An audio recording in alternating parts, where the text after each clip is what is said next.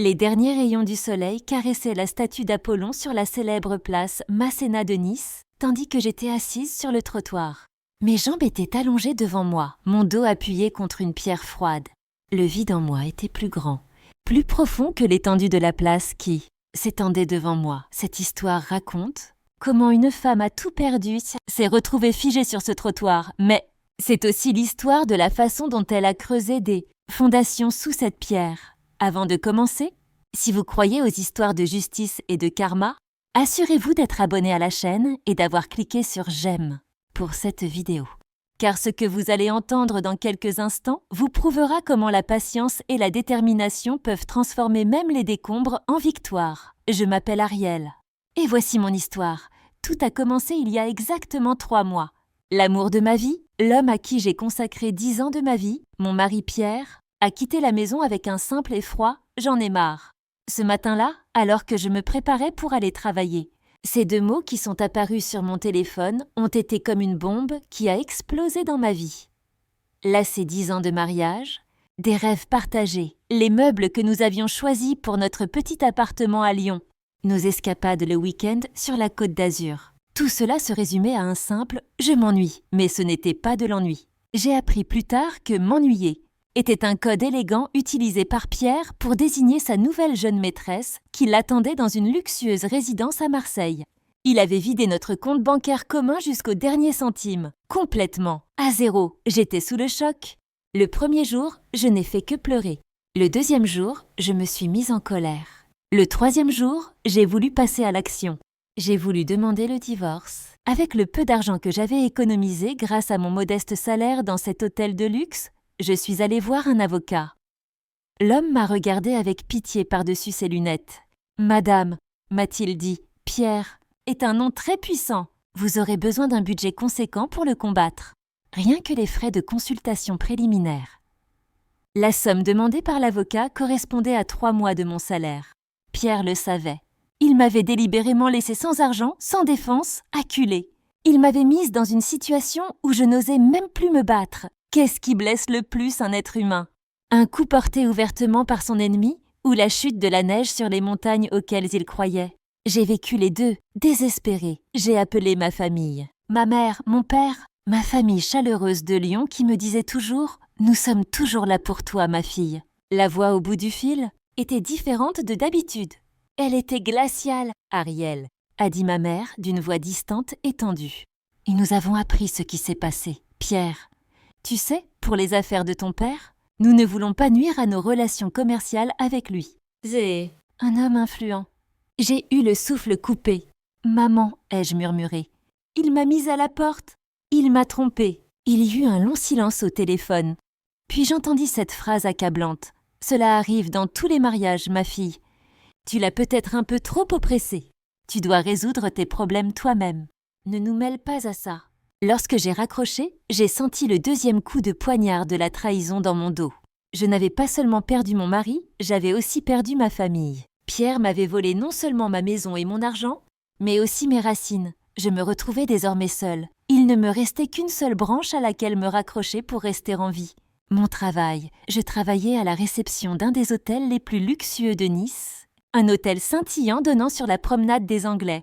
Ce hall d'entrée lumineux, ces clients riches qui sentaient les parfums coûteux, ces coupes de champagne.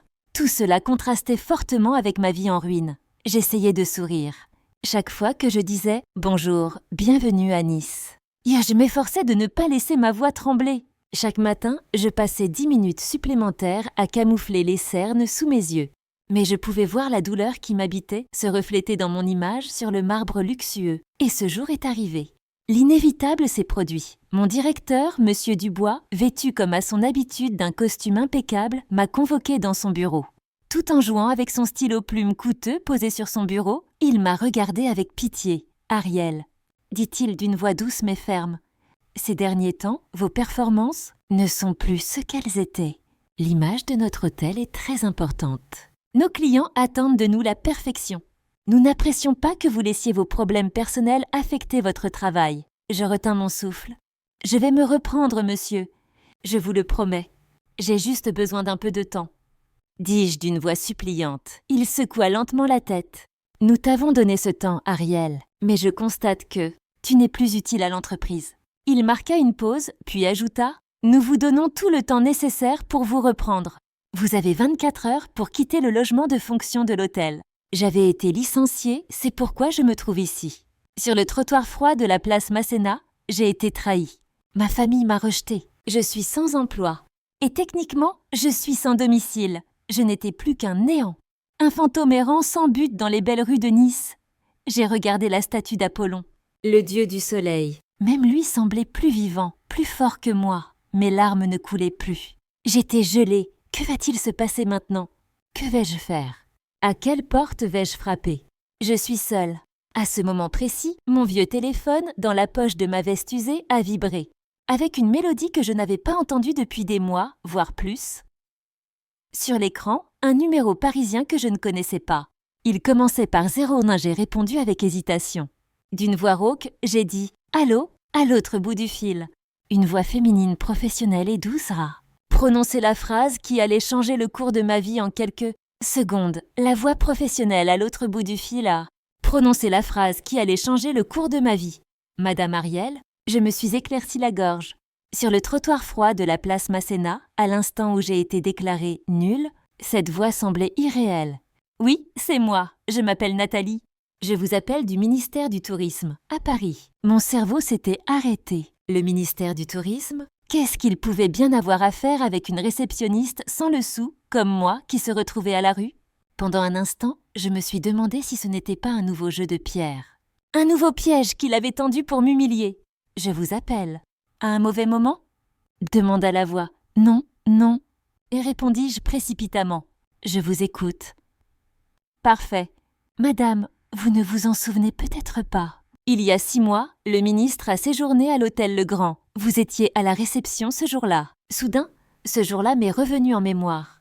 C'était une journée chaotique. Le ferry du ministre en provenance de Corse avait du retard. Tout le programme était perturbé et son équipe était en panique. Ce jour-là, je n'étais pas seulement une réceptionniste souriante de Hellas. J'avais vu la secrétaire du ministre, Nathalie, paniquer à cause de l'annulation de dernière minute de la croisière privée. J'ai pris l'initiative.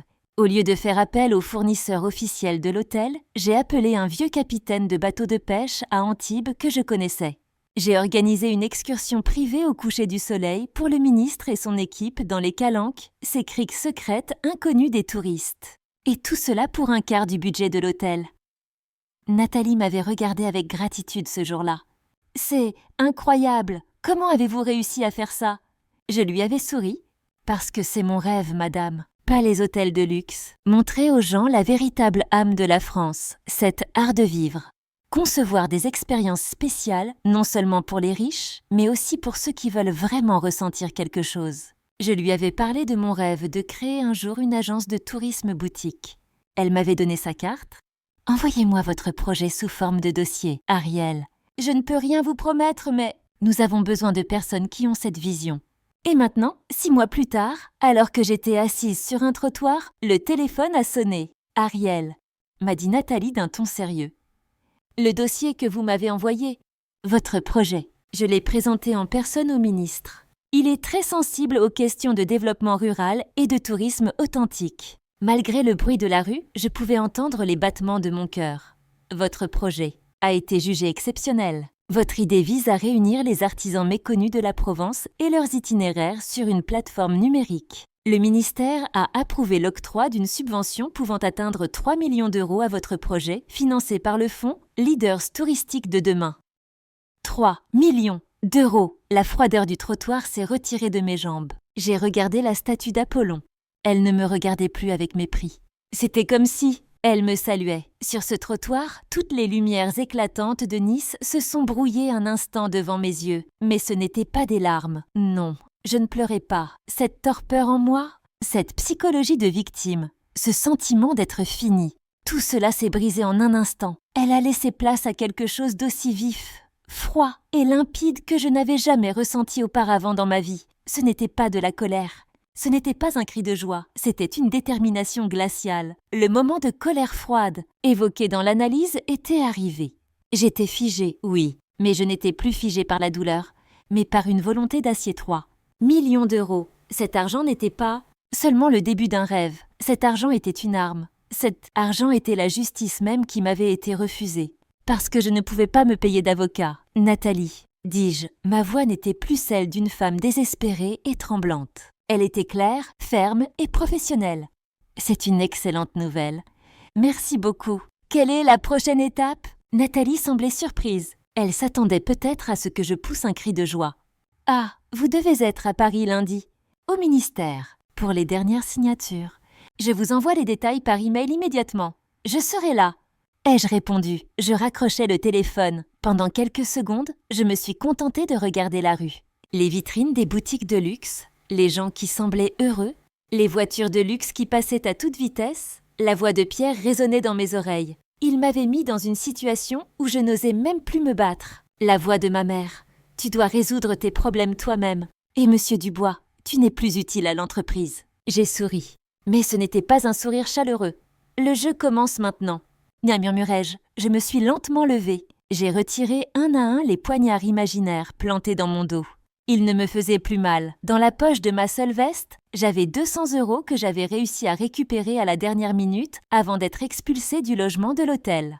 Ma seule possession. Je tournais le dos au luxe de la place Masséna. Je ne me dirigeais pas vers la promenade des Anglais, bondée et touristique, mais vers la gare de Niceville. Dans les ruelles derrière la gare, là, j'ai trouvé un hôtel bon marché et sans nom, avec des néons clignotants. Il aurait pu s'appeler Hôtel de la Gare, tant il était ordinaire. J'ai payé une nuit à l'homme fatigué de la réception. La chambre était minuscule, le papier peint était défraîchi, la fenêtre donnait sur une cour intérieure bruyante. Mais à ce moment-là, cet endroit avait plus de valeur à mes yeux que le château de Versailles. C'était mon refuge, c'était ma salle de guerre. J'ai allumé la lumière. Je me suis tenue sous cette lumière pâle et jaune et j'ai regardé mon reflet dans le miroir. Le désespoir dans mes yeux avait disparu, remplacé par le regard d'un chasseur. C'est à ce moment précis que je voudrais vous poser une question. Répondez honnêtement. Si vous étiez à ma place, qu'auriez-vous fait avec ces 3 millions d'euros ? Auriez-vous pris l'argent et oublié Pierre, votre famille qui vous a poignardé dans le dos, ce directeur qui vous a licencié ? Auriez-vous commencé une nouvelle vie, avec une nouvelle identité, peut-être à Bordeaux, peut-être à Strasbourg, une vie luxueuse ? Auriez-vous complètement effacé le passé ? Je suis vraiment curieux de connaître vos commentaires. Parce que dans mon esprit, il n'était pas question d'oublier, je n'ai pas dormi de la nuit. Je me suis assis à la table couverte de brûlures de cigarettes dans cette petite chambre. J'ai pris le cahier à feuilles jaunes de l'hôtel et un stylo. J'ai ouvert la première page. Et j'ai écrit en majuscule en haut « Plan le premier jour de ma nouvelle vie ». Et le premier jour de ma vengeance avait officiellement commencé. Cette chambre d'hôtel à la lumière jaune pâle et à l'odeur d'humidité était mon quartier général cette nuit-là. Le mot « plan » que j'avais écrit sur le bloc-notes à feuilles jaunes était bien plus qu'un simple mot griffonné sur un bout de papier. C'était une déclaration de guerre signée. Cette nuit-là, le sommeil était un luxe. Et je n'avais pas le temps de m'offrir de tels luxes. Mon cerveau, libéré du brouillard de trahison et de douleur dans lequel il baignait depuis des mois, fonctionnait avec la précision et la froideur du scalpel d'un chirurgien. J'ai d'abord analysé ma situation actuelle. Mes possessions, environ 150 € dans ma poche, après avoir payé ma nuit d'hôtel, un sac à dos. À l'intérieur, un t-shirt de rechange, une brosse à dents et un stylo portant le logo de l'hôtel où je ne travaillais plus. Et le plus important, la promesse d'un fonds de 3 millions d'euros qui m'attendait à Paris le lundi passif, 0. Pas de maison, pas de travail, pas de famille. Elle aussi avait disparu. Plus rien ne me retenait. Pierre et ma famille, qui pensaient m'avoir abandonnée, m'avaient en fait libérée. Qu'y avait-il de plus dangereux qu'une femme qui n'avait plus rien à perdre ? J'ai écrit mon premier point dans mon carnet. Article 1. Aller à Paris. J'ai immédiatement cherché des billets de train et de bus sur mon téléphone. Je n'avais pas assez d'argent pour le train à grande vitesse. J'ai acheté un billet pour le bus de nuit le moins cher et le plus lent reliant Nice à Paris. Il me restait 110 €. Le voyage était prévu pour samedi soir. Je serai à Paris lundi matin. Article 2. Apparence. Je me suis regardée à nouveau dans le miroir. Les vêtements que je portais criaient « victime ». Je ne pouvais pas me présenter ainsi au ministère du Tourisme pour gérer un projet de plusieurs millions d'euros. À mon arrivée à Paris, j'allais utiliser une partie de ces 110 € pour m'acheter au moins une chemise blanche et un pantalon en tissu, propre et d'apparence professionnelle. La première impression ne donne pas de seconde chance. Article 3. La bataille juridique, c'était là le cœur du plan. Pierre m'avait laissé sans le sou, incapable de payer un avocat, n'est-ce pas? Ces 3 millions d'euros, oui, ils étaient destinés au projet. Mais ce projet, c'était moi. Et pour que mon projet tienne debout, je devais être en sécurité sur le plan juridique. J'ai écrit dans mon carnet « Trouver le meilleur avocat spécialisé en divorce à Paris ». Pas le bon, le meilleur. Je devais trouver un requin. Je devais affronter Pierre, non pas avec un avocat novice comme moi, mais avec quelqu'un qui le dévorerait, lui et son cercle, influent. Le prix de cette guerre serait payé, quel qu'il soit. Une partie du fonds serait mon prix de survie. Article 4. Liste des ennemis. C'était la partie la plus sombre, mais la plus claire de la nuit. Pierre, trahison. Sabotage financier, destruction émotionnelle. Prix à payer, justice absolue. Ruine financière, ma famille, rejet, abandon. Prix à payer, leur prouver que je n'ai pas besoin d'eux. Leurs hommes influents assisteront à la chute de Pierre, monsieur le directeur de l'hôtel, humiliation. Étiquette inutile. Le prix à payer. Un jour, il verra que cette femme inutile est la plus grande cliente de son hôtel ou peut-être même une concurrente. À ce moment-là, la froide détermination qui m'animait était plus qu'une simple soif de vengeance. C'était une quête de justice. Ma justice, j'ai fermé le cahier. Il était 4 heures du matin. Les rues de Nice étaient silencieuses. Je me suis lavé le visage à l'eau glacée dans le petit lavabo de ma chambre. Je me suis regardée dans le miroir. Le chasseur dans mes yeux s'était désormais installé là. Samedi soir, je me trouvais dans la gare routière bruyante juste à côté de la gare de Nice-Ville. Mon sac à dos et moi avons pris le bus de nuit pour Paris. J'étais entourée d'étudiants, d'ouvriers, de gens comme moi qui n'avaient pas les moyens de payer plus. Un voyage de 12 heures. Alors que le bus roulait sur l'autoroute, je regardais l'obscurité à travers la vitre. Quelques jours plus tôt, alors que je travaillais dans cet hôtel de luxe, je n'aurais jamais imaginé me retrouver dans un bus comme celui-ci. Et pourtant, assis dans ce siège étroit, je me sentais plus fort que jamais. Lorsque nous nous sommes arrêtés dans une aire de repos au bord de l'autoroute, je suis descendue du bus. Avec la monnaie que j'avais dans ma poche, j'ai acheté un café et un sandwich rassis. Pendant que je mangeais mon sandwich, une voiture de sport de luxe est passée à côté de moi. L'homme et la femme à l'intérieur riaient. Pierre et sa maîtresse me sont venus à l'esprit. Je n'ai pas eu la nausée. Je n'ai pas ressenti de douleur. J'ai juste pris une autre gorgée de café. Plus très longtemps. Ai-je pensé ? Votre tour viendra. Le lundi matin à 7 heures, quand je suis descendue à la gare chaotique de Bercy à Paris, il pleuvait légèrement. Il faisait un froid glacial. Mais je n'avais pas froid. Je suis immédiatement entrée dans un magasin bon marché situé juste en face du terminal. J'ai dépensé 70 € de mes 110 € pour acheter un pantalon noir, une chemise blanche et une veste noire simple, les moins chères mais les plus propres. Je me suis rapidement habillée dans les toilettes du magasin. J'ai jeté mes vieux vêtements usés dans la poubelle qui s'y trouvait. Ce que j'ai jeté dans cette poubelle, ce n'était pas seulement mes vieux vêtements. C'était l'ancienne Ariel. C'était la femme victime. À 9 heures, j'étais devant l'immense bâtiment du ministère du Tourisme, où je m'étais rendue en métro. Rue de Vaugirard, le cœur de Paris, vêtue de mon costume à 70 €, j'ai regardé ce bâtiment majestueux. Les agents de sécurité, les diplomates en costume coûteux, et moi, j'ai pris une profonde inspiration. J'ai redressé les épaules. Je n'étais plus la réceptionniste de Nice. J'étais le PDG d'un projet de 3 millions d'euros. J'étais sur le point d'entrer dans la réunion la plus importante de ma vie. Je suis entrée par la porte tournante et j'ai écouté le bruit de mes pas résonner sur le sol en marbre. Je me suis dirigée vers l'homme à l'air sérieux qui se tenait à la réception. « Bonjour, monsieur », ai-je dit d'une voix claire et assurée. « Je m'appelle Ariel. J'avais rendez-vous avec madame Nathalie. » L'homme à l'air sérieux à la réception m'a regardé brièvement, moi, la femme vêtue d'un manteau à 70 €. Ses yeux ont balayé les coutures du tissu bon marché. Mon visage légèrement rougi par le froid matinal de Paris. Il a peut-être pensé que je n'avais pas ma place dans cet immeuble. Mais la clarté de ma voix, ce ton de PDG. Il a fait hésiter, il a décroché le téléphone. « Madame Nathalie, Madame Ariel. »« Oui, oui, je comprends. » Il a raccroché et s'est tourné vers moi avec son professionnalisme distant. « L'ascenseur est à gauche. 12e étage. Madame Nathalie vous attend. » Je l'ai remercié d'un signe de tête et j'ai continué à marcher sur le sol de marbre froid.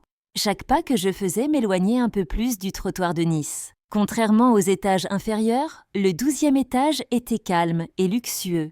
Une épaisse moquette étouffait le bruit de mes pas.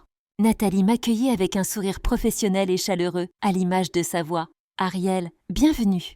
J'espère que vous avez fait bon voyage. »« Sans problème, merci. » répondis-je en effaçant de mon esprit l'atmosphère étouffante du bus de nuit. Elle m'a conduite dans une grande salle de réunion. Outre Nathalie, un homme sérieux aux cheveux argentés et portant une cravate coûteuse était assis à la table. « Ariel, » dit Nathalie, « je vous présente Monsieur Valéry, notre directeur des fonds ministériels. » Nous nous sommes serrés la main. Il avait une poignée de main ferme et un regard perçant. Cet homme ne ressemblait pas à Monsieur Dubois, mon directeur à Nice. Cet homme était de ceux qui ne jouent pas selon les règles, mais qui établissent leurs propres règles. « Madame, » dit Monsieur Valéry d'une voix grave et interrogative, « votre projet est ambitieux sur le papier. Très ambitieux. » Nathalie sourit. « Monsieur le directeur, je dois dire que nous sommes très impressionnés par la vision d'Ariel. » Valéry ouvrit le dossier devant lui. C'était mon dossier. C'était le rêve que j'avais envoyé depuis Nice, depuis mon ancienne vie. « Expliquez-moi, madame, » dit Valéry en regardant le dossier et non moi. « Expliquez-moi pourquoi nous devrions investir des millions d'euros dans 3 ou 5 potiers et cultivateurs de lavande en Provence. » Le moment était venu. Je pris une profonde inspiration. Contrairement à ce que j'avais prévu dans cette chambre d'hôtel, je ne parlais pas comme une victime. « Monsieur Valéry, » dis-je, ma voix rompant clairement le silence de la pièce. « Je ne vais pas vous parler des potiers. Je vais vous parler de l'âme perdue de la France. » Ils ont tous deux levé la tête et m'ont regardé. Les touristes viennent à Paris, prennent des photos de la Tour Eiffel. Ils viennent à Nice, se promènent sur la promenade des Anglais. Et ensuite, les mêmes restaurants, les mêmes magasins, nous ne leur vendons pas la France. Nous leur vendons une vitrine. Mon projet, lui, vise l'atelier derrière cette vitrine, les vrais artisans. J'ai plongé mon regard dans celui de Valéry.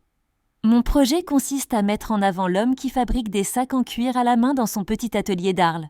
La boulangerie cachée dans une ruelle de Gordes que seuls les habitants connaissent, la petite distillerie de lavande de Manosque, tout cela sera transféré sur une plateforme numérique. C'est du tourisme expérientiel. Les gens ne veulent plus seulement visiter un endroit, ils veulent en faire partie. Et mon projet leur promet cela. Je me suis arrêtée. Ce n'est pas une dépense. Oui, monsieur. C'est un investissement qui permettra de sauver l'héritage authentique de la Provence, loin du cliché coûteux de la Côte d'Azur. 3 millions d'euros, ce n'est qu'un début pour sauver cet esprit. Un silence s'est installé dans la pièce. Monsieur Valéry avait cessé de regarder le dossier. Il me regardait directement. Son expression sévère s'était adoucie. Il a esquissé un léger sourire. Il se tourna vers Nathalie. « Nathalie, vous aviez raison. C'est un visionnaire. » Il se tourna vers moi. « Madame Ariel, notre ministère est fier de signer ce projet. » Une demi-heure plus tard, je quittais le bâtiment avec les contrats signés et les relevés bancaires provisoires de ma nouvelle société. La première avance du fonds serait versée sur le compte de la société dans les 24 heures. Je me suis arrêtée sur le trottoir de la rue de Vaugirard. La pluie avait cessé. Ma veste à 70 € ne semblait plus si bon marché. Il me restait environ 40 € dans ma poche. J'étais à la fois millionnaire, sur le papier, et une femme sans domicile fixe avec seulement 40 € en poche. Ce contraste m'a fait sourire amèrement, maintenant. Troisième point du plan, la bataille juridique. Je voudrais vous poser une question. Quel avocat choisiriez-vous pour mener une bataille juridique ? Un bon avocat qui cherchera à trouver un terrain d'entente avec vous et tentera de conclure un accord raisonnable, ou un requin impitoyable qui tentera par tous les moyens de détruire la partie adverse. Écrivez ce que vous en pensez dans les commentaires. Car mon choix était très clair. Je suis entrée dans un petit café voisin. Avec le peu d'argent qui me restait, j'ai pris un café crème et un croissant. C'était le premier vrai repas que je prenais depuis 2 jours. Je me suis connectée au Wi-Fi du café. Je n'ai pas tapé avocat spécialisé en divorce à Paris dans le moteur de recherche. Non, j'ai écrit l'avocat spécialisé en droit financier le plus impitoyable de Paris. Car mon affaire n'était pas une affaire de cœur. C'était une guerre financière. Des noms ont été cités, mais l'un d'entre eux revenait sans cesse en tête. Dans les articles, les procès, voire certains blogs effrayants. Maître Bernard, son surnom. Le requin, sa spécialité, les affaires financières très médiatisées, les rachats hostiles d'entreprises et vider les comptes des conjoints fortunés. Son cabinet était situé dans l'un des quartiers les plus chers de Paris, dans une petite rue près des Champs-Élysées. J'ai fini mon café. J'ai mangé la dernière bouchée de mon croissant. J'ai payé l'addition. Il me restait 32 € dans ma poche, j'ai oublié le métro. J'ai marché environ 1 heure dans les rues de Paris pour me rendre à cette adresse. Le bâtiment était exactement comme je l'avais imaginé. Un imposant immeuble haussmannien avec une porte en bois massif. Seul un nom était inscrit sur la plaque en laiton, Bernard. J'ai sonné. Je suis entrée. La secrétaire qui m'a accueillie était encore plus froide et distante que celle du ministère, et vêtue de manière beaucoup plus élégante. « Aviez-vous rendez-vous, madame » m'a-t-elle demandé en me dévisageant de la tête aux pieds. « Non », répondis-je calmement. Maître Bernard ne reçoit jamais de visiteurs sans rendez-vous. Je redressai les épaules. Veuillez lui dire que la PDG du fonds Leaders touristiques de demain est ici. Le sourcil du secrétaire se leva. Il ne s'attendait pas à ce titre. Et ajoutai-je, nous sommes ici pour discuter d'une tentative hostile de rachat financier. La secrétaire hésita un instant, puis décrocha le combiné. Après avoir chuchoté quelques secondes, elle raccrocha. « Maître vous attend. Vous avez 5 minutes. » J'ouvris la porte en acajou qu'elle m'indiqua et entrai. La pièce était remplie de livres. Maître Bernard, assis derrière son bureau, était un homme d'au moins 70 ans, vêtu d'un costume impeccable aux yeux bleus glaciers. Son visage ne trahissait aucune émotion. Il m'invita à m'asseoir. « 5 minutes, dit-il d'une voix grave. « Pourquoi m'avez-vous dérangé, madame ?»« Ariel, » répondis-je. Je m'approchai de son bureau. Je sortis les 32 derniers € qui se trouvaient dans ma poche et les posai sur le bureau en bois précieux et poli. Maître Bernard regarda les billets froissés sur la table. Puis il me regarda. Un sourire moqueur se dessina sur son visage. « Ceci, dis-je, est un acompte pour vos honoraires de consultant. » Puis, j'ai sorti le dossier du ministère que je tenais sous le bras. J'ai glissé l'accord de financement signé et scellé d'un montant de 3 millions d'euros sur la table à côté de l'argent. Et voici, dis-je, le reste. Les yeux de Bernard se sont fixés sur le cachet officiel apposé sur le dossier et sur le chiffre à 7 chiffres tout en bas. Son sourire moqueur s'est effacé. Ses yeux bleus glaciers étaient concentrés pour la première fois. Il se pencha lentement en avant sur sa chaise. « Maintenant ?» dis-je, en m'asseyant dans le fauteuil en face de lui. « Je vais vous expliquer comment nous allons légalement mettre mon mari en faillite. » Les yeux bleus glaciers de Maître Bernard se détachèrent du contrat de financement de 3 millions d'euros et se fixèrent sur mon visage. Il ne regardait même plus les 32 € mis de côté sur la table. La pièce était silencieuse.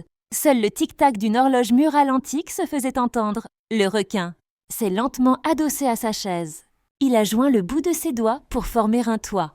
L'homme sarcastique et ennuyé avait disparu, remplacé par l'avocat le plus dangereux de France. « Madame Ariel, » dit-il, sa voix n'était plus comme du gravier, mais comme de l'acier lisse. « Vous m'avez parlé de ruiner mon mari. » C'est un objectif très ambitieux. Surtout, il marqua une pause. « Vu votre acompte, vous êtes dans une situation assez difficile. C'était un test. » Il voulait voir si j'allais pleurer, me plaindre ou jouer le rôle de la victime. Je ne suis pas tombée dans le piège. J'ai redressé les épaules. « Maître, » ai-je dit d'une voix aussi froide et tranchante que la sienne, « ma situation est difficile, oui. Mais mon objectif est clair. Mon mari, Pierre, m'a quittée pour sa maîtresse. Il a essayé de me détruire non seulement émotionnellement, mais aussi financièrement. Il m'a laissé sans le sou sur un trottoir à Nice. Il compte sur les relations influentes de sa famille. Il est certain que je ne pourrai pas revenir, que je ne pourrai pas me battre. » Bernard plissa les yeux. « Des relations influentes, » marmonna-t-il. « La politique à Marseille, je comprends. Ce genre de famille n'aime pas laisser de traces. Quelle a été l'erreur de Pierre ? » « Son arrogance, répondis-je immédiatement. Et sa cupidité. Bien, dit Bernard. C'était sa réaction la plus proche d'une émotion. Les hommes arrogants commettent toujours des erreurs. Alors, quelle est votre arme secrète ? Je le regardai. C'est vous, maître, et ça, je désignai le document du ministère. Cet argent, c'est ma nouvelle vie. Et je suis là pour m'assurer que mon mari ne touche pas à ma nouvelle vie. Quel que soit le prix de la guerre, il sera payé par ce fonds. Je considère cela comme le coût de l'infrastructure juridique de mon projet. Le requin sourit. C'était un sourire froid et sans émotion. C'est judicieux, a-t-il dit. Très bien. Alors commençons le jeu. Il prit les 32 € qui se trouvaient sur sa table. Il les rangea dans son tiroir. C'est inibassi, assise me fies. C'est un début symbolique. Mon véritable salaire sera de 30% de tout ce que nous récupérerons de Pierre. D'accord, dis-je sans hésiter. Bernard se leva et commença à faire les 100 pas dans la pièce. « Les lois françaises sont complexes, madame. Aviez-vous un contrat de mariage? Une séparation de biens? » « Non, répondis-je. Pierre n'en voyait pas l'utilité. Sa famille était riche, j'étais réceptionniste dans un hôtel. Il pensait que le pouvoir était entre ses mains. Bernard s'arrêta. Un sourire malicieux apparut sur son visage. « Ah, la communauté de biens. Donc, légalement, la moitié de tout ce que vous avez acquis pendant le mariage lui appartient. Et la moitié de tout ce qu'il a acquis vous appartient. Mais je n'ai rien. » Ai-je répondu? « Non !» dit Bernard en tapotant du doigt le document posé sur la table. « Vous avez désormais ceci. Ce projet a été conçu pendant votre mariage, il y a 6 mois. Techniquement, votre mari peut actuellement prétendre à la moitié de ce projet d'une valeur de 3 millions d'euros. J'ai senti mon sang se glacer. Pierre serait-il complice de mon rêve? Mais Carlevi esispu tatutura. Calmez-vous, dit Bernard. S'il peut revendiquer ses droits, vous aussi. Et nous agirons avant lui. Il retourna rapidement à son bureau. Il appela sa secrétaire. Venez dans mon bureau. C'est urgent. Il a élaboré son plan à ce moment-là, en 5 minutes. 1. La procédure de divorce. Elle sera engagée aujourd'hui. Motif, faute, adultère. Preuve? Aucune, répondis-je. Je le sais, c'est tout. Ce n'est pas grave, dit Bernard en agitant la main. Nous trouverons des preuves.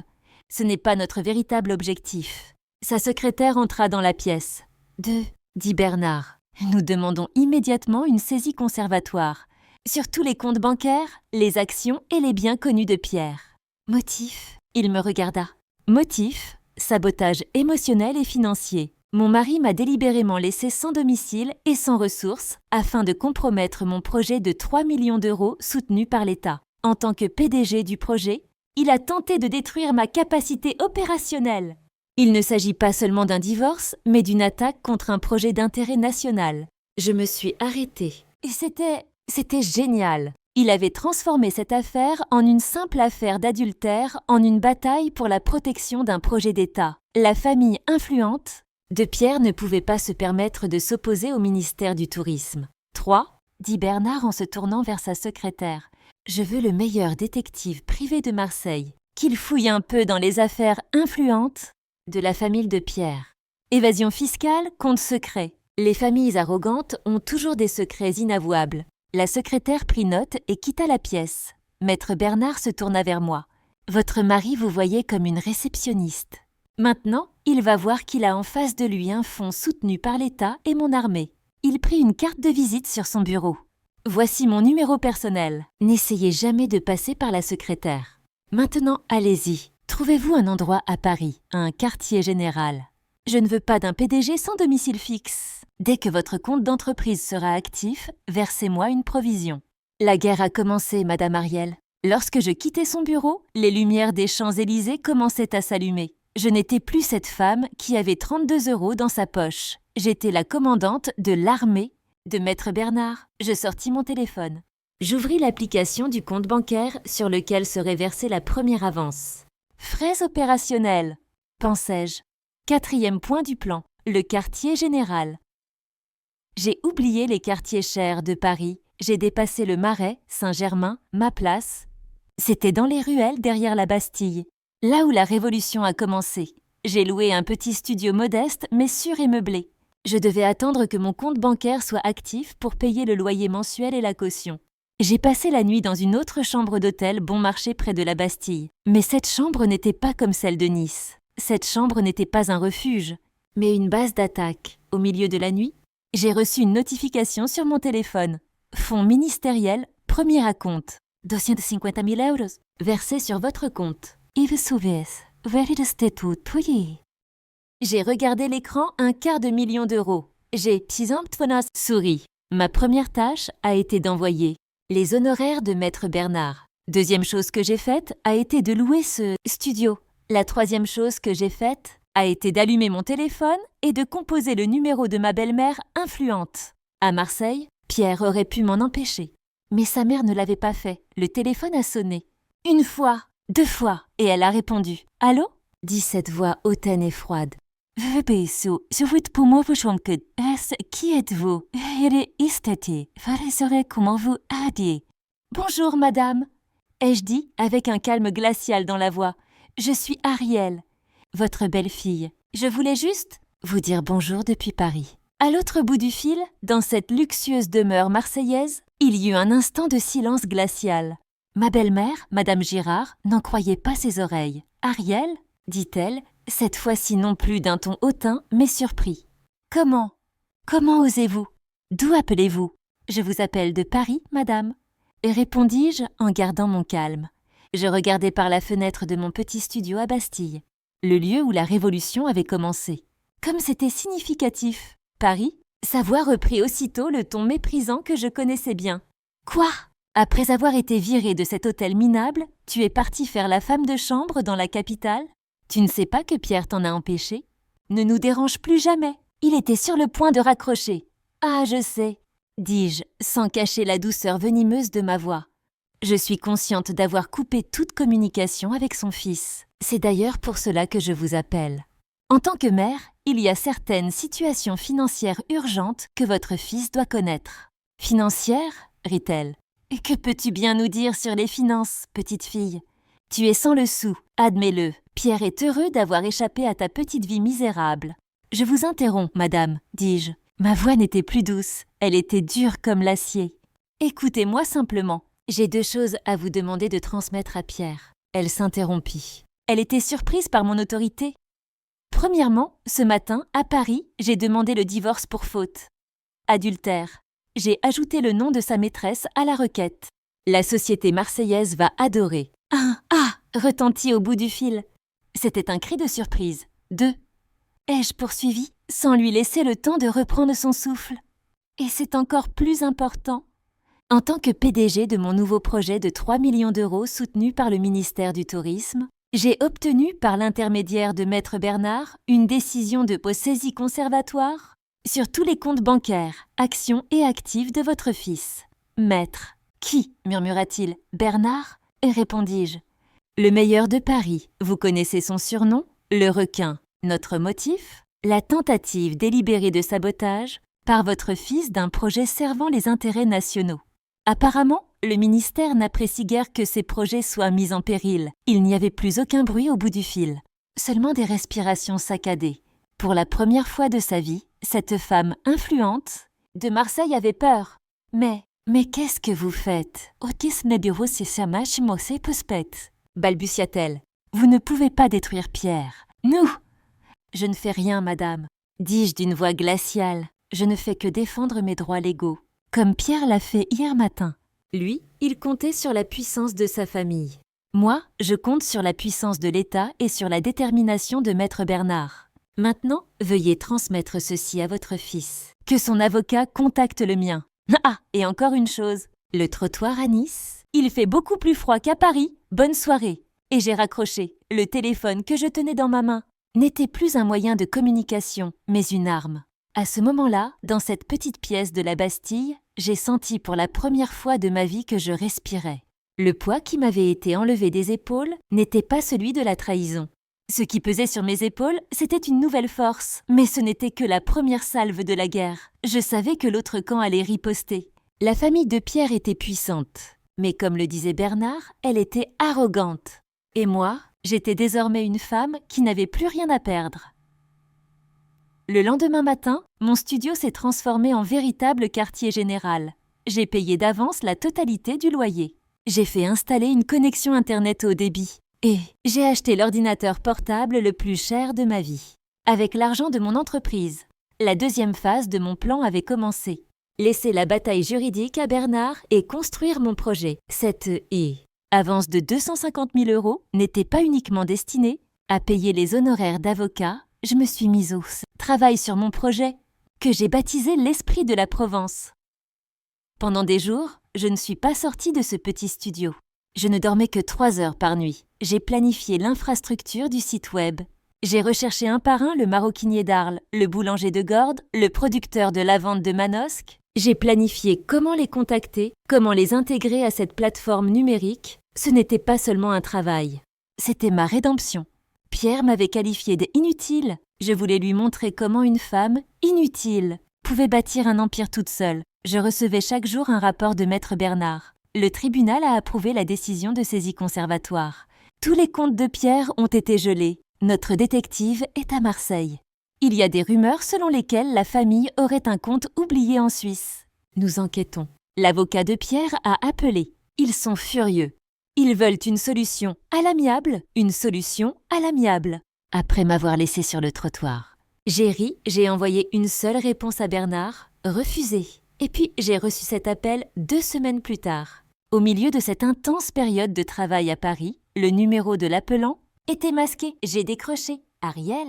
C'était lui. Mon mari. Pierre. Sa voix tremblait. L'homme arrogant et sûr de lui avait disparu, remplacé par un petit garçon paniqué. Ariel, qu'est-ce que tu as fait? S'est-il écrié. Pour l'amour de Dieu, qu'est-ce que tu as fait? Mes cartes bancaires ne fonctionnent plus. Mes cartes de crédit ont été annulées. Ma voiture a été saisie. Je n'ai plus d'argent, Ariel.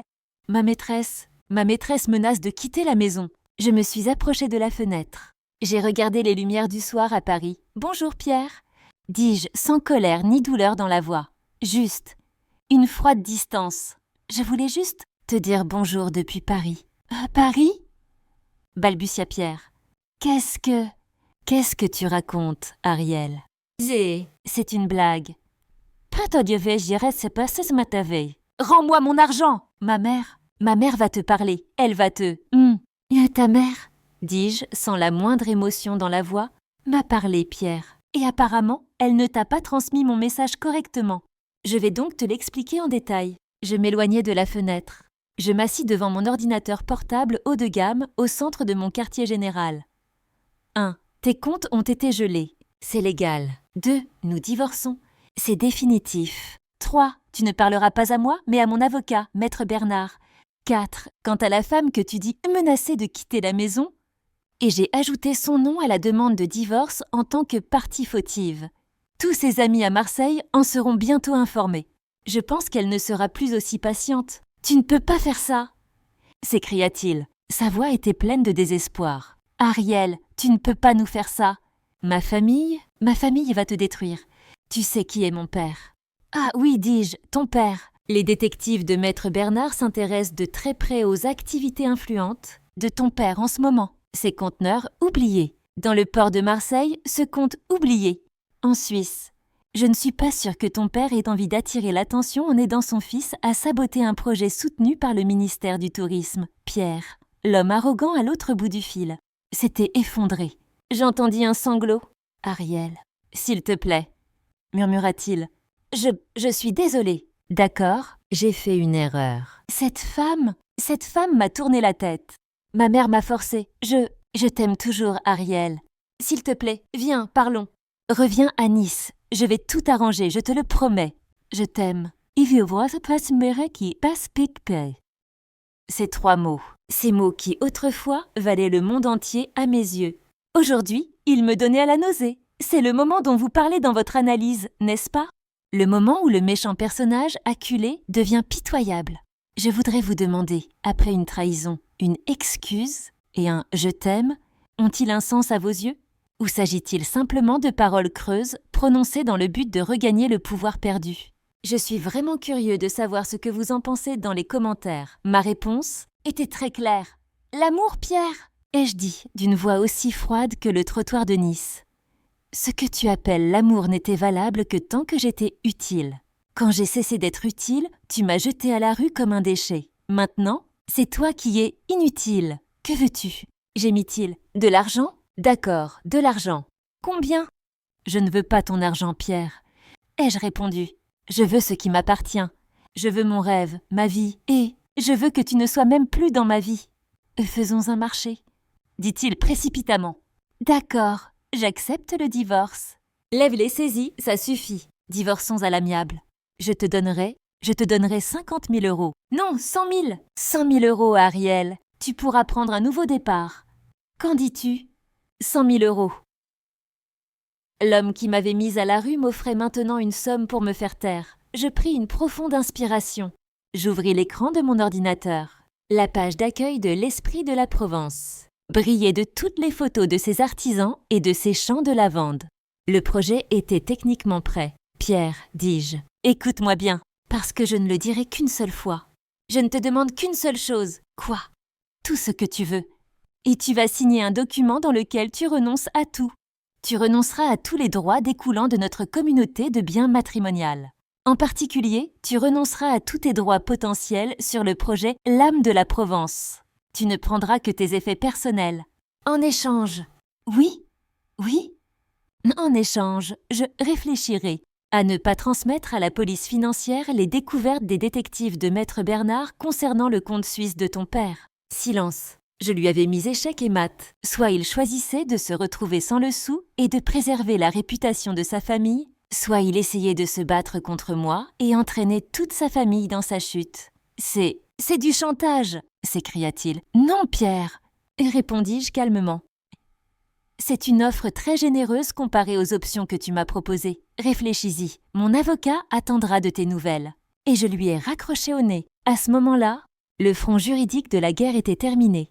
La reddition de Pierre n'était plus qu'une question de temps, mais mon véritable combat ne faisait que commencer. Je raccrochai le téléphone et me concentrai entièrement sur mon projet. J'ai loué un petit bureau prestigieux à Paris pour l'Esprit de la Provence. J'ai embauché 2 jeunes stagiaires brillants.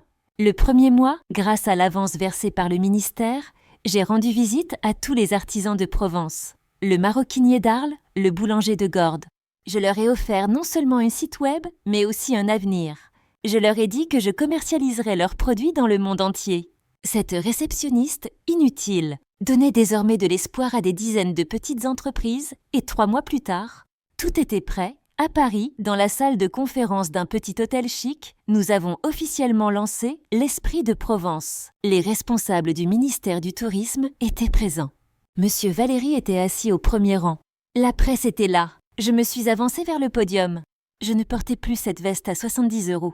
Je portais un costume couture, élégant et raffiné, que j'avais acheté avec mon propre argent. Je me suis approchée du micro. « Mesdames et messieurs, chers représentants de notre ministère, aujourd'hui, je vais vous présenter plus qu'un simple projet. Aujourd'hui, je vous promets de ramener l'esprit perdu de la France. » Pendant mon discours, j'ai remarqué quelqu'un dans la foule, debout au dernier rang. Ce n'était pas possible. Le directeur de ce luxueux hôtel de Nice, Monsieur Dubois. L'homme qui m'avait licencié en me disant que je n'étais plus utile à l'entreprise. Maintenant, lors de mon lancement, elle était debout et me regardait, pendant un instant, juste un instant. Je suis retournée dans cette chambre à Nice, chez cette femme inutile. Vêtue d'une veste minable à 70 €, la salle est devenue silencieuse. Ils avaient remarqué que j'avais interrompu mon discours. Monsieur Valéry m'a regardé avec inquiétude depuis le premier rang. Et puis, cette détermination glaciale est revenue. J'ai redressé les épaules. J'ai détourné les yeux de Dubois et je les ai tournés vers l'ensemble de la salle, vers ces gens qui croyaient en moi. « Je vous demande pardon », dis-je, sans la moindre vibration dans la voix. « Je vous ai promis aujourd'hui de ramener l'âme perdue de la France, mais l'âme de la Provence n'est pas seulement une promesse. C'est le nom d'une révolte, d'une renaissance. C'est la preuve qu'un artisan d'Arles, un boulanger de Gordes, et oui, une femme qui pensait avoir tout perdu sur un trottoir de Nice, peuvent être utiles. » J'ai prononcé le reste de mon discours d'une voix plus forte que jamais. J'ai parlé du projet, des objectifs, des prévisions de vente pour le premier mois. Tout cela de mémoire, avec passion. Quand j'ai eu fini, la salle applaudissait à tout rompre. Monsieur Valéry s'est précipité sur scène et m'a serré la main. « Ariel. »« Non, Madame Ariel. C'était formidable. Le ministère est fier de vous. Ce projet dépassera toutes nos attentes. La presse m'a encerclée. Mes stagiaires m'ont tendu des fleurs, les yeux brillants. Et alors que la foule commençait à se disperser, il est arrivé, Monsieur Dubois. Il s'est approché lentement. Son visage n'arborait plus l'expression autoritaire du directeur de Nice. À la place, il affichait un sourire artificiel étendu. Il transpirait, Madame Ariel, dit-il d'une voix si basse qu'elle en était presque méconnaissable. Quelle présentation magnifique, vraiment extraordinaire. Je l'ai regardé. Je n'ai pas répondu. Je l'ai simplement regardé, avec un regard glacial et interrogateur. Vous savez, balbutia-t-il, à Nice. Je ne peux vous dire à quel point je suis triste d'avoir perdu quelqu'un d'aussi visionnaire que vous. C'était un malentendu. Un malentendu? Ai-je dit, ma voix aussi basse qu'un murmure, mais aussi tranchante qu'une lame de rasoir? Oui, oui, dit-il précipitamment. En fait, le conseil d'administration de notre groupe hôtelier s'intéresse beaucoup à votre projet, l'Esprit de la Provence. Peut-être un coin spécial dans nos hôtels, un partenariat. Qu'en dites-vous? Quelqu'un d'aussi talentueux que vous qui revient dans la famille, en cesse. Il s'est arrêté.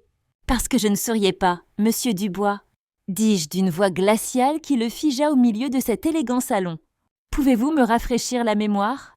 Vous m'aviez dit que je n'étais plus utile à l'entreprise, que je devais me reprendre. Je me trompe? Il déglutit. Son visage devint rouge vif. Madame, c'était une période difficile. Vous aviez raison, dis-je.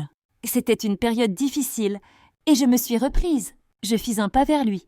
Mais pas pour votre famille, pour ma propre famille, pour cet artisan d'Arles, ce fermier de Manosque. Maintenant, si vous me le permettez, monsieur, j'ai un projet pour lequel je dois être utile. Bonne journée. Je me suis retournée et j'ai marché vers monsieur Valéry. Je l'avais laissé là, au milieu des décombres de ma carrière, et maintenant, au milieu de ma victoire, je le laissais seul, petit et inutile. C'était le karma. Mais ce n'était pas encore fini. Une semaine après le lancement, je me trouvais dans le luxueux bureau parisien de Maître Bernard. Les murs vitrés offraient une vue imprenable sur toute la ville. Le requin était assis à son bureau. Devant lui, il y avait une pile de papiers signés. Il a signé, dit-il avec son sourire impassible. Hier matin. Son avocat à Marseille a apporté le dossier en personne. Pierre a renoncé à tout. À tout? À tout? Et répondit Bernard. À tous ses droits potentiels sur l'esprit de la Provence, à toutes ses revendications issues de la communauté de biens, à l'appartement de Nice, à tout. En échange, nous n'avons pas révélé le petit secret suisse de son père à la police financière. Et sa maîtresse? Demandai-je. Bernard rit. Elle a quitté Pierre dès que ses comptes ont été gelés, soit exactement 2 semaines plus tard. D'après ce que j'ai entendu, elle est retournée chez sa famille à Lyon, sans le sou. Apparemment, le grand amour n'a pas duré très longtemps face à la saisie. Alors, c'est fini? Demandai-je. Maître Bernard fit glisser vers moi un document officiel et tamponné qui se trouvait sur la table. Acte de divorce. À compter d'aujourd'hui, dit Bernard, vous êtes officiellement une femme libre, Madame Ariel, et une femme assez riche. J'ai regardé le document. J'ai signé. En sortant du cabinet, l'air de Paris était différent. Je ne vivais plus dans ce petit studio de la Bastille. Grâce au succès de l'Esprit de la Provence, j'avais emménagé dans un bel appartement lumineux avec vue sur le fleuve, près du Louvre. Je me suis dirigée vers mon appartement. Je n'avais plus le poids du monde sur les épaules. Mon téléphone a sonné. C'était ma secrétaire. Madame, les rapports de vente du premier mois de l'Esprit de la Provence sont arrivés. Je les télécharge sur votre ordinateur et un investisseur de New York souhaite vous rencontrer. Super, ai-je répondu. J'arrive. Je suis rentrée chez moi. J'ai allumé mon ordinateur. Le premier mois, le projet avait dépassé de loin l'objectif de 3 millions d'euros avec des ventes atteignant 4,5 millions d'euros. J'ai fermé les yeux et à ce moment-là, je me suis vue à Nice, sur le trottoir de la place Masséna, en train de regarder ces statues. Cette femme inutile. Bonne à rien. Abandonnée. J'ai souri. Cette femme était finalement si forte, la vie était étrange. 6 mois plus tôt, sur ce trottoir de Nice, en regardant ces statues froides et indifférentes de la place Masséna, je pensais que ma vie était finie. 6 mois plus tard, je venais de terminer une vidéoconférence avec cet investisseur new-yorkais. L'Esprit de la Provence était en train de devenir un succès international. Les Américains proposaient d'investir 10 millions d'euros dans notre projet. Ce projet que j'avais lancé seul comptait désormais une équipe brillante de 20 jeunes collaborateurs. Cette réceptionniste inutile était désormais Madame Ariel Girard et l'une des PDG de start-up les plus prometteuses de Paris. Mais comme nous l'avons dit dans l'analyse, l'histoire ne se termine pas seulement par la victoire du héros, n'est-ce pas? Elle se termine par la punition des méchants, qui reçoivent ce qu'ils méritent. Et ensuite, que leur est-il arrivé? Me demanderez-vous? Voici la partie épilogue de l'histoire. Mon rapport sur le karma, monsieur Dubois. Ce directeur d'hôtel arrogant qui m'a licencié en disant que je n'étais plus utile à l'entreprise. 2 semaines après le lancement, j'ai appris qu'il avait été licencié de cet hôtel de luxe à Nice. Apparemment, le conseil d'administration avait décidé qu'il n'était plus très utile à l'entreprise. De travailler avec un directeur qui avait licencié un projet de plusieurs millions d'euros soutenu par le ministère du Tourisme à la suite d'un malentendu. Il a été vu pour la dernière fois à Marseille, où il travaillait comme directeur de nuit dans un petit hôtel 2 étoiles près du port. Et ma belle-mère, Madame Girard, la reine intouchable de la haute société marseillaise, le secret suisse. Découvert par les détectives de Maître Bernard, la fraude fiscale de ton père et les conteneurs perdus. Dans le port, nous n'avons pas transmis ces informations à la police financière, mais nous n'avons pas non plus empêché qu'une copie du dossier soit accidentellement divulguée au plus grand rival de ton père. La famille influente de Marseille a perdu sa réputation. Les contrats commerciaux ont été annulés. La haute société leur a tourné le dos. La somptueuse demeure est tombée dans le silence. Madame Girard n'avait plus personne à mépriser. Et Pierre Pointe-Pierre avait tout abandonné. Sa famille l'avait rejeté pour l'avoir entraîné dans ce scandale et avoir mis en danger le secret de son père. Sa maîtresse l'avait quitté. Il se retrouvait sans le sou, il y a 3 mois. J'ai reçu un dernier email de Maître Bernard. Pierre avait commencé à travailler comme voiturier sur la promenade des Anglais, près de notre ancien appartement à Nice, où il garait les voitures des touristes. La nuit, il se tenait devant mon ancien hôtel et regardait les succès de celle qu'il avait autrefois qualifiée de femme inutile. Faire la une des journaux internationaux, il a essayé de me contacter. À plusieurs reprises, il m'a écrit des lettres. Il m'a dit qu'il voulait être pardonné, qu'il regrettait l'ancienne Ariel. Je n'ai jamais ouvert ces lettres, l'ancienne Ariel était morte. Je l'avais laissée sur ce trottoir de Nice, dans cette veste inutile. Aujourd'hui, en regardant par la fenêtre de mon appartement à Paris, je ne ressens ni colère, ni haine, seulement de la paix. Et puis, nous arrivons à la conclusion de cette analyse. Le karma extrême, provoqué par une trahison extrême, est-ce cela la justice, selon vous? Cette fin qu'ont connue Pierre, ma belle-mère et Monsieur Dubois, était-elle suffisante? Ou bien la vie exige-t-elle parfois le pardon? Je voudrais vraiment connaître votre opinion dans les commentaires. Car mon histoire pourrait en fait être la vôtre. Moi, je ne regarde plus en arrière. L'écran de mon ordinateur était toujours allumé. 10 millions d'euros. Ce chiffre était un rêve pour moi il y a 6 mois. Il y a 6 mois, je n'avais même pas 500 € à donner à un avocat. Maintenant, je pouvais obtenir cet argent, cet investissement, d'un simple trait de plume. Je pouvais faire passer l'esprit de la Provence à un niveau que je n'aurais jamais pu imaginer. Mais à ce moment-là, en regardant l'écran, ce n'était pas ce que je ressentais. Ce n'était pas ça, la victoire. La victoire, ce n'était pas de gagner 10 millions d'euros. La victoire, ce n'était pas d'humilier Monsieur Dubois ou de voir Pierre comme un valet. La victoire, ce jour-là, sur ce trottoir de Nice, sans 1 euro en poche, en regardant ces statues, c'était choisir de respirer plutôt que de me suicider. La victoire, c'était de trouver une étincelle pour continuer à me battre dans cette veste inutile. Dans cette femme bonne à rien, l'argent n'était qu'un résultat. C'était un effet secondaire de ne pas avoir abandonné ce jour-là. J'ai ouvert le tiroir de mon bureau. Les lettres de Pierre étaient toujours là, non ouvertes. J'ai tendu la main. J'ai hésité un instant. Je me suis demandé si elle se demandait ce que l'ancienne Ariel avait écrit. Non, j'ai refermé le tiroir. Le passé était resté dans le passé. Les avais-je pardonnés? Je ne sais pas. Mais il ne m'importait plus. Mon histoire avait commencé par leur trahison, mais elle se terminait par ma victoire. Et dans cette victoire, il n'y avait pas de place pour eux. Je me suis approchée de la fenêtre. Paris se réveillait. Le succès de l'esprit de la Provence ne m'avait pas seulement rapporté de l'argent. Il m'avait donné le pouvoir d'aider des femmes comme moi. À ce moment-là, j'ai pris ma décision. J'allais accepter l'investissement de 10 millions d'euros provenant de New York. Mais je n'allais pas utiliser cet argent uniquement pour développer mon entreprise. Avec cet argent, j'allais créer la Fondation Ariel. Une fondation qui apporterait un soutien juridique et financier aux femmes qui, comme moi, avaient été trahies, stigmatisées comme inutiles et exclues par le système. J'aurais engagé des avocats, des requins comme Maître Bernard, des avocats qui se battraient non seulement pour les riches, mais aussi pour ces réceptionnistes de Nice. Car ce seul coup de fil qui m'a aidé, ce miracle, n'aurait pas dû être un miracle. Cela aurait dû être un droit. Mon histoire a commencé devant ces statues de la place Masséna. Ces statues. Apollon, Mars, Vénus. Tous étaient des dieux puissants. Ce jour-là, je les ai regardés et je leur ai demandé « Pourquoi ne m'aidez-vous pas ?» 6 mois plus tard, à l'aube à Paris, je connaissais la réponse. Je n'avais pas besoin d'aide, car tout ce que ces statues représentaient, la guerre, la sagesse et la puissance, étaient déjà en moi.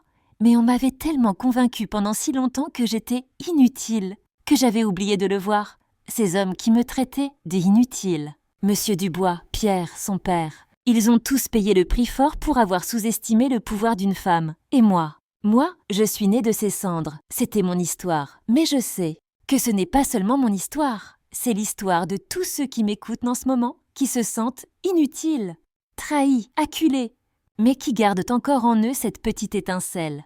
N'oubliez pas, le moment le plus sombre est celui qui précède immédiatement l'aube. Et parfois, la plus grande tragédie de votre vie est en fait le début de votre plus grande victoire. Je m'appelle Ariel Girard. Et c'était le premier jour de ma renaissance. Pour découvrir d'autres histoires de ce genre, n'oubliez pas de vous abonner à notre chaîne et d'activer la cloche. Votre soutien est notre plus grande force. Partagez votre propre histoire de renaissance dans les commentaires.